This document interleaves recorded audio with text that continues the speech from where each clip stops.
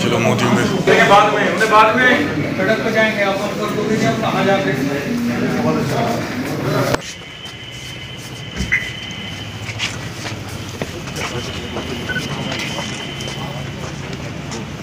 बैयत भी वहाँ से लीजिए। नहीं, आप भी इस मीटिंग में शामिल थे जी। अभी हमें अपना मदरसों के असातिज़ा को इकट्ठा कर मशवरा करना है। अच्छा, हमें जो कुछ कहना होगा उस मशवरे के बाद। नहीं, आप मीटिंग में हाल में क्या हुआ है, आप मीटिंग में आए थे? हमने जिम्मेदारों के साथ बैठक की है और शहर के सूरत हाल पर गौर किया है। उनका मशवरा ये है कि मदरसों को बंद कर देना चाहिए।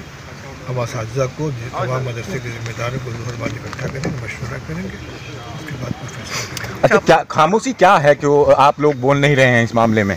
क्या बोलवाना मोहतिम साहब, क्या खामोशी है? खामोशी कुछ नहीं है, प्रशासन जी को देखते हुए सब कुछ करना पड़ता है देश के। मास्टर जी, मैं समझा नहीं आपकी बात। खामोशी क्या है? क्यों किसी दबाव में हैं आप लोग?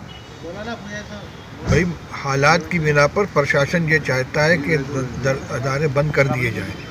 हमने ये कहा है कि हम मशवरा करेंगे। ठीक।